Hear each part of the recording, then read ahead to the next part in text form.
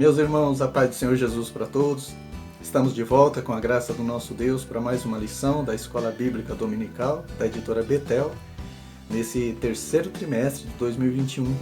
Hoje nós estaremos refletindo na lição de número 7, onde diz que é fundamental cultivarmos uma vida de oração, para a gente conseguir o nosso objetivo, que é triunfar sobre as batalhas e as adversidades da vida. A oração ela é um dos princípios bíblicos mais importantes, Se é que tem algum princípio bíblico que não seja importante, claro que todos são, mas a oração é fundamental. E quando se fala em cultivo, irmãos, se fala em processo, se fala em tratamento para uma boa colheita, e isso deve ser continuamente, durante toda a nossa vida. Muitos querem colher, mas não querem plantar, não é assim? Tem até aqueles que plantam, mas não querem cultivar o que plantou. Então é necessário plantar e cultivar, regar, como Paulo e Apolo fizeram, para aí sim Deus dar o crescimento. E Deus se agrada, irmãos, quando a gente cultiva uma vida de oração, porque através da oração é que nós demonstramos, melhor dizendo, a nossa dependência a Deus. Por isso Ele se agrada. Então, que Deus nos dê graça, através do Espírito Santo, para que nós possamos, a partir da lição de hoje, nós cultivarmos uma vida de oração para a glória do Senhor. Amém? Que Deus abençoe a todos, tenham um ótimo estudo. E depois do vídeo, então, nós estaremos retornando para fazermos os agradecimentos, as considerações finais. Bons estudos a todos!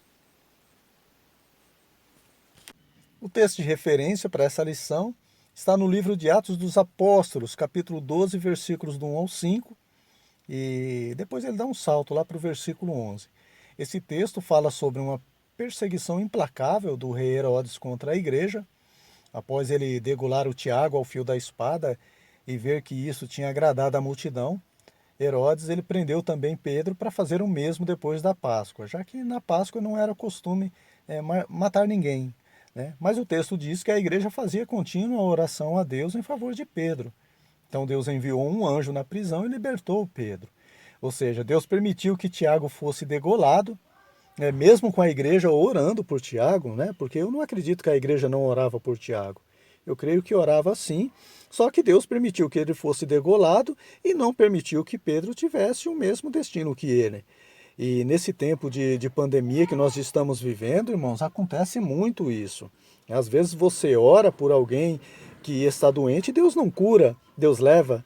Mas nem por isso a gente deve desanimar, desistir de orar por aqueles que ainda estão vivos. É o mesmo Deus que diz não às orações de vez em quando, Ele também diz sim muitas vezes. E isso é cultivar uma vida de oração, irmãos.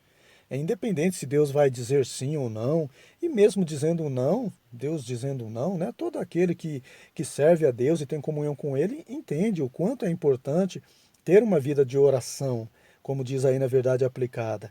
E quanto àqueles que não têm essa comunhão com Deus, que não servem a Deus, ainda é tempo. Isaías disse, buscar ao Senhor enquanto se pode achar, invocar enquanto está perto.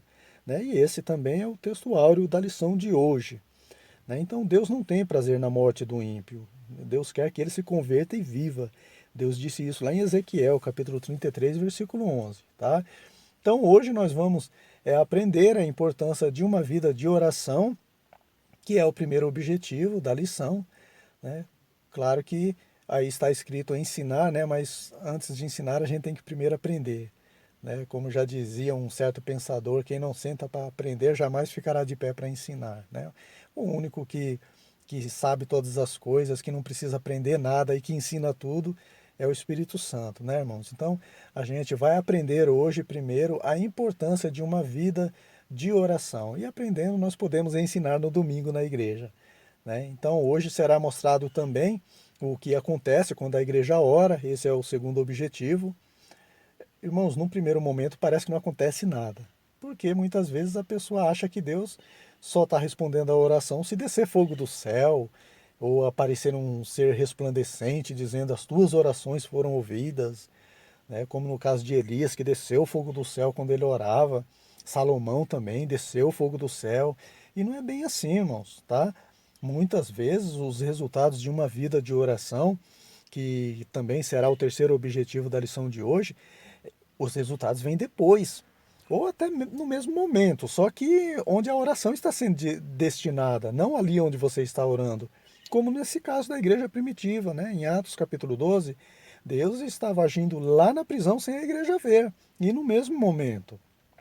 O tópico 1, então, fala sobre a importância da oração, que, segundo Paulo, é uma das armas poderosas em Deus para a destruição das fortalezas. Nós estaremos estudando sobre outras armas na próxima lição, lição de número 8, tá? Mas, irmãos, tem um detalhe muito importante aqui nas palavras de Paulo. As orações são poderosas em Deus, né? Porque tem pessoas que acham que o poder está na oração, mas o poder está no Deus que responde às orações. A oração de Elias, ela era mais poderosa do que a daqueles profetas de Baal? Por isso que desceu fogo do céu e consumiu o holocausto? Não, claro que não. Mas o Deus de Elias, sim, esse é poderoso. Enquanto que o daqueles profetas, eles não tinham poder algum. E isso é uma lição muito importante para nós, irmãos, porque eu já vi pessoas rejeitarem a oração de co-pastor da igreja. Não, eu só quero se o pastor orar, né? Só, irmãos, isso é um absurdo, né? Porque o Deus do pastor, será que é outro Deus, né? Diferente do Deus do co-pastor ou do presbítero da igreja? Claro que a pessoa ela tem que ter uma vida no altar, sim, né? Aquele que intercede é fundamental ter uma vida de comunhão com Deus, uma vida de santificação. Isso é fundamental para Deus ouvir a oração. Mas, irmãos, qualquer irmão da igreja pode orar e Deus responder a oração também, porque Deus é o mesmo, tá bom? Então, irmãos, essa oração tem que ser uma prática diária, né? Já que as batalhas da vida são diárias também, é cada dia matando um leão, como diz aí no subtópico 1.1, né? Só que por conta do ativismo desenfreado do dia a dia, nós temos a tendência de seguirmos no mesmo ritmo na oração, né? Uma oração desenfreada, rapidamente, né? Como diz o item, a gente tem tempo para tudo, para trabalhar, para estudar, se divertir, entre tantas outras atividades que são lícitas, né? São lícitas, não tem pecado nenhum nisso, né? Mas nós não dedicamos um tempo para ficarmos a sós com Deus, aquela conhecida solitude, né? Jesus fazia muito isso quando esteve aqui fisicamente, né? Irmãos, claro que não é por muito falar que Deus vai nos ouvir, né? Não é isso. Mas nós devemos dedicar um tempo para Deus, sem pressa. É muito importante e necessário, né? Na nossa agenda diária deve ser incluída a oração. O item 1.2 diz que Deus sempre está atento às nossas orações. Nós vimos isso nesse texto, né, de Atos capítulo 12. Deus interveio em favor de Pedro em resposta às orações contínuas da igreja. Irmãos, se um juiz iníquo, né, ímpio, ele age na causa de alguém que o importuna o tempo todo, só para a pessoa parar de importunar, quanto mais o nosso Deus, irmãos, o justo juiz, que é misericordioso, que é bondoso, né, ele fará justiça aos seus escolhidos que clamam a ele de dia e de noite, ainda que pareça tardio. Jesus disse isso, né, em uma de suas parábolas, a parábola do juiz iníquo, né? Quando o povo de Deus se humilha e busca a face de Deus, arrependido, Deus ouve do céu. Deus ouve, né? E a pessoa não só é perdoada, como também é abençoada em suas necessidades cotidianas, né? Deus disse isso para Salomão em sonhos, naquele texto muito conhecido, né? Se o meu povo, que se chama pelo meu nome, se humilhar e orar e buscar a minha face, se converter dos seus maus caminhos, então eu ouvirei dos céus, perdoarei os seus pecados e sararei a sua terra. Os meus olhos estarão abertos e os meus ouvidos atentos à oração deste lugar. E isso, irmãos, porque Salomão ele consagrou um templo de pedra para Deus, imagine. Quanto mais a igreja, né? Que não é feita por pedras, por mãos de homens, mas uma igreja formada por organismos vivos, formada por Deus, feita por Deus, né? Quando nós consagramos nosso espírito, alma e corpo, todo o nosso ser ao Senhor, irmãos, como templo do Espírito Santo, os ouvidos de Deus também estarão atentos às nossas orações.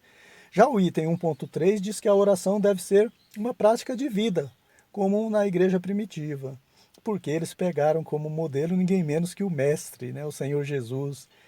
Irmãos, principalmente a oração intercessória, né, que denota uma preocupação com o próximo, sem egoísmo, né? Como a igreja fez aqui com Pedro, isso é muito importante, irmãos. Deus se agrada de uma oração intercessória. E esse, por sinal, é o segredo também para aqueles que não conseguem orar nem 15 minutos e já se acabam as palavras, os argumentos. Por quê, irmãos? Porque às vezes a pessoa está orando por si só. Quando a pessoa começa a interceder pelos outros, são tantas as pessoas, irmãos, que a gente tem para orar, que uma hora será pouco para a nossa oração. Então a oração intercessória, ela é fundamental. Nós falarmos da vida das pessoas para Deus, como a igreja primitiva estava falando da vida de Pedro para Deus. E aqui, irmãos, quando o Pedro mesmo que disse na sua primeira carta, no capítulo 4, versículo 15, ele diz que aquele que se intromete nos negócios alheios, eles padecem as consequências, né? Aquela famosa fofoca, né?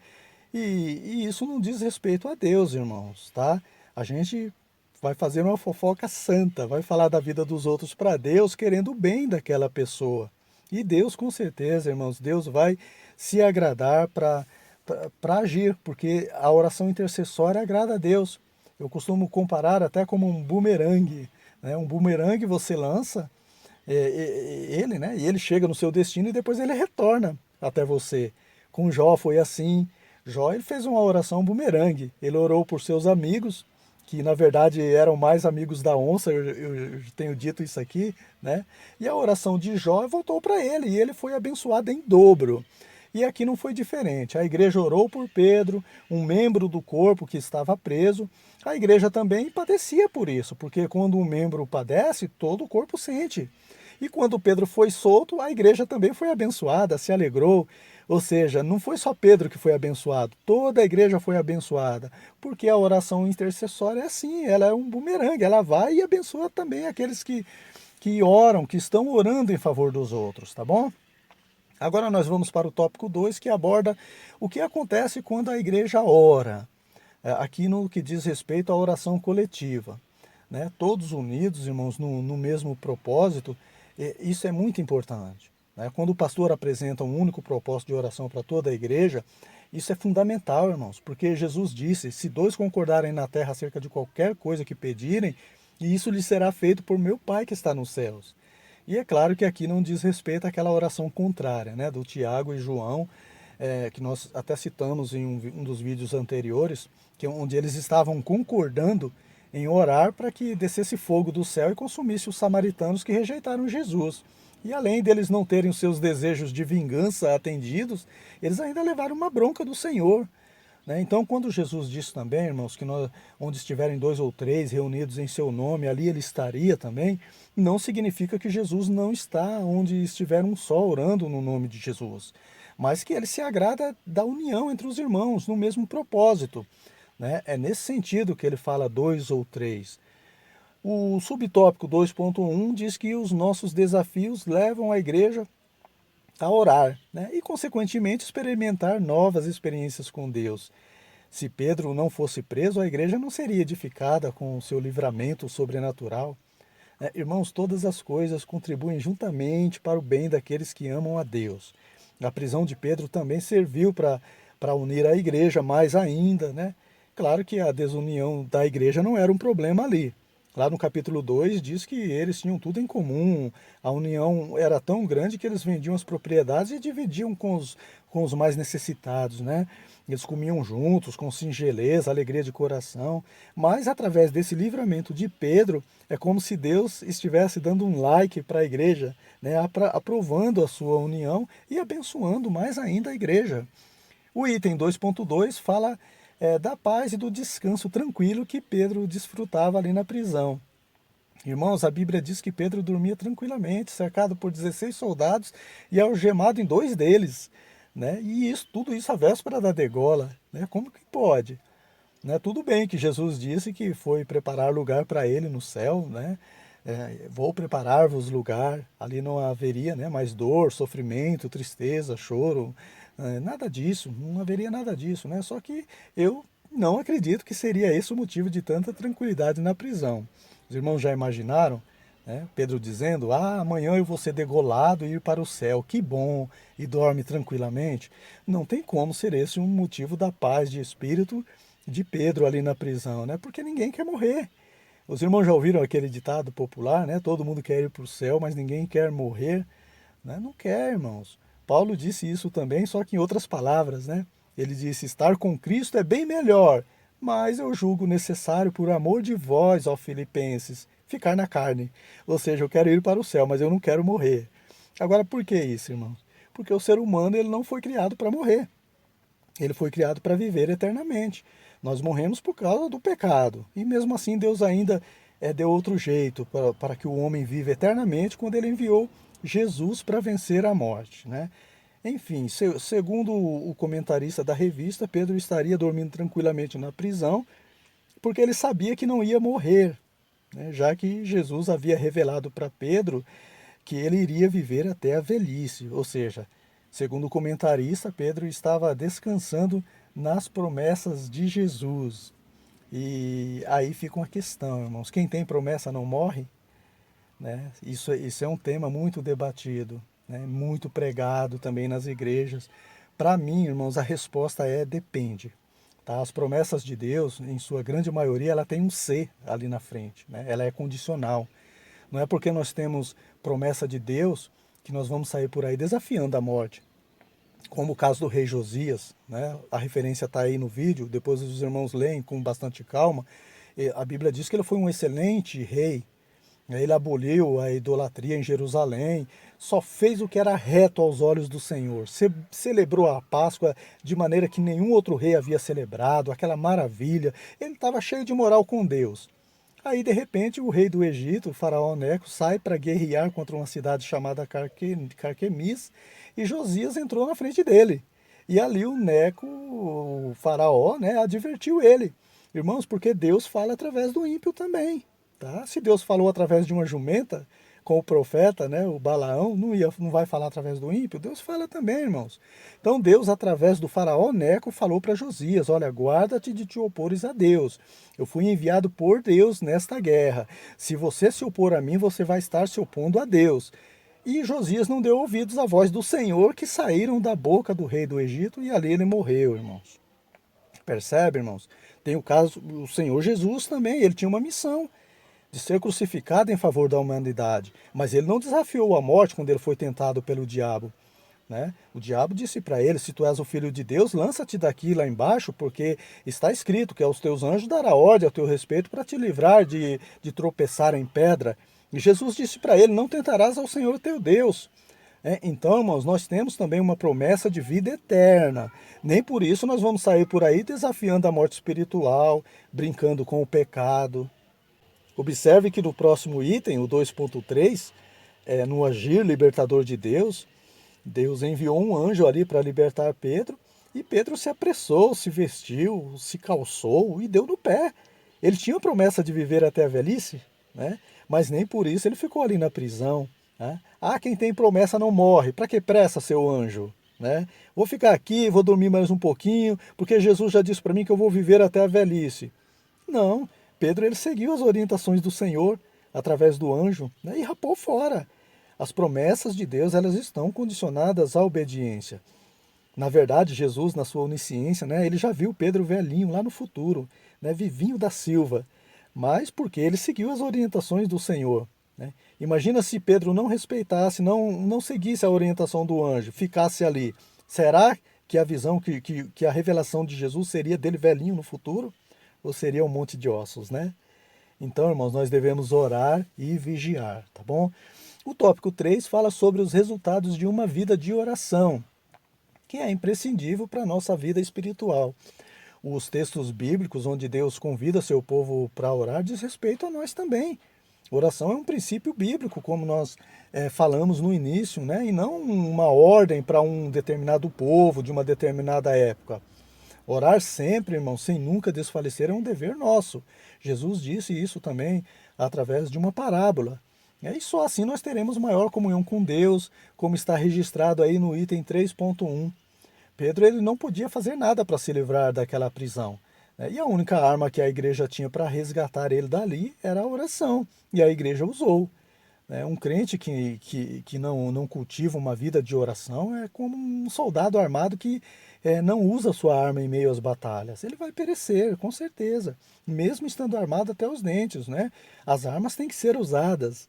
E Deus, irmãos, não rejeita a oração daquele que vai até a Ele com o coração contrito, quebrantado, né? Davi disse isso no Salmo 51, porque sempre foi a vontade de Deus relacionar-se, né, com o ser humano, ter uma comunhão com o ser humano, mas primeiro nós temos que dar um passo até a Ele, né, através da oração.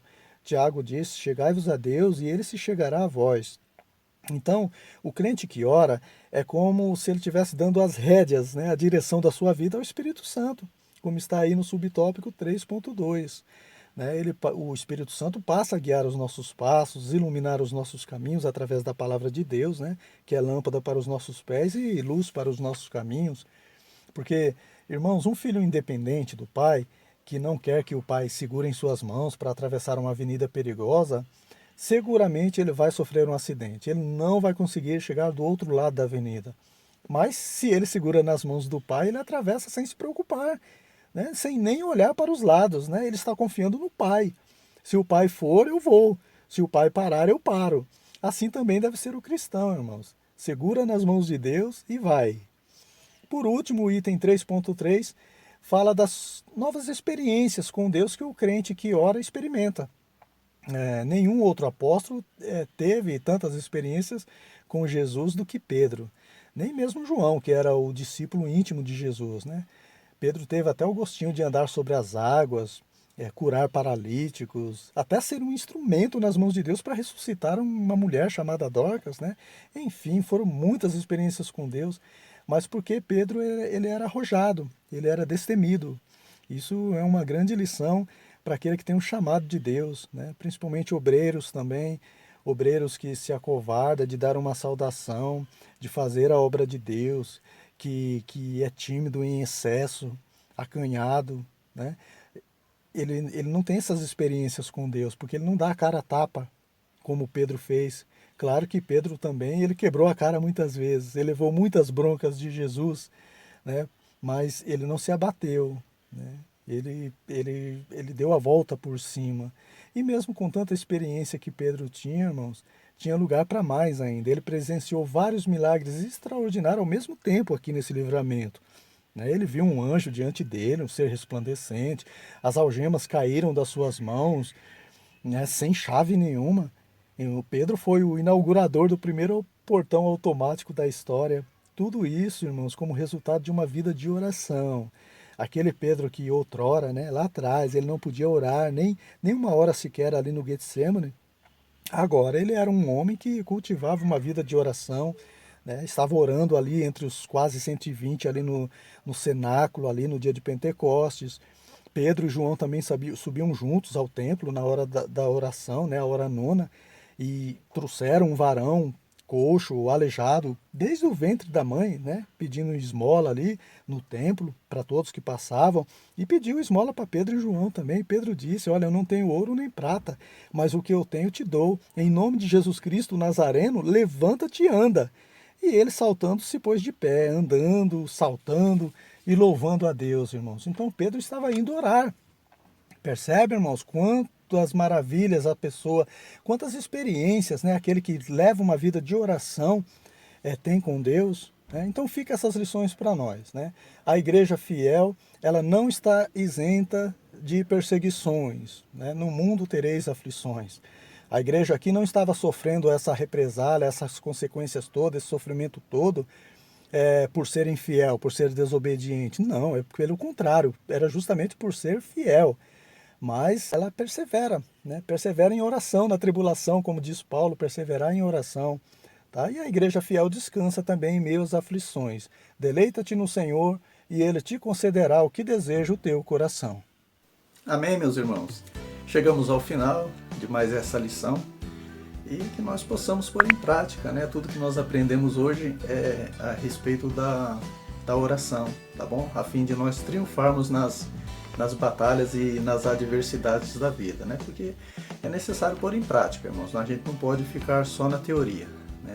O crente que não põe em prática aquilo que aprende, né, sobre a oração, É a mesma coisa que um soldado que vai armado para uma guerra, mas não usa a arma, né? Com certeza ele vai perecer. Então que Deus abençoe a todos, né? Que Deus nos dê graça, tá bom? Para que nós possamos pôr em prática, para que não seja em vão o estudo de hoje. E eu agradeço pelo seu like, por sua inscrição, a todos os que se inscreveram em nosso canal, sou muito grato a todos vocês, tá bom? E desde já eu te convido para a próxima lição, tá bom? Nós vamos estudar a lição de número 8 na semana que vem, se Deus assim nos permitir, é claro, onde nós vamos conhecer outras armas poderosas em Deus, tá bom? Em Deus. O poder não está na arma, né? O poder não está na oração, o poder está no Deus que responde à oração e nas outras armas que nós vamos conhecer na próxima lição também. Todo o poder vem de Deus, tá bom? Então que Deus abençoe a todos, tenha um ótimo estudo na IBD da sua igreja e até a semana que vem, se Deus quiser.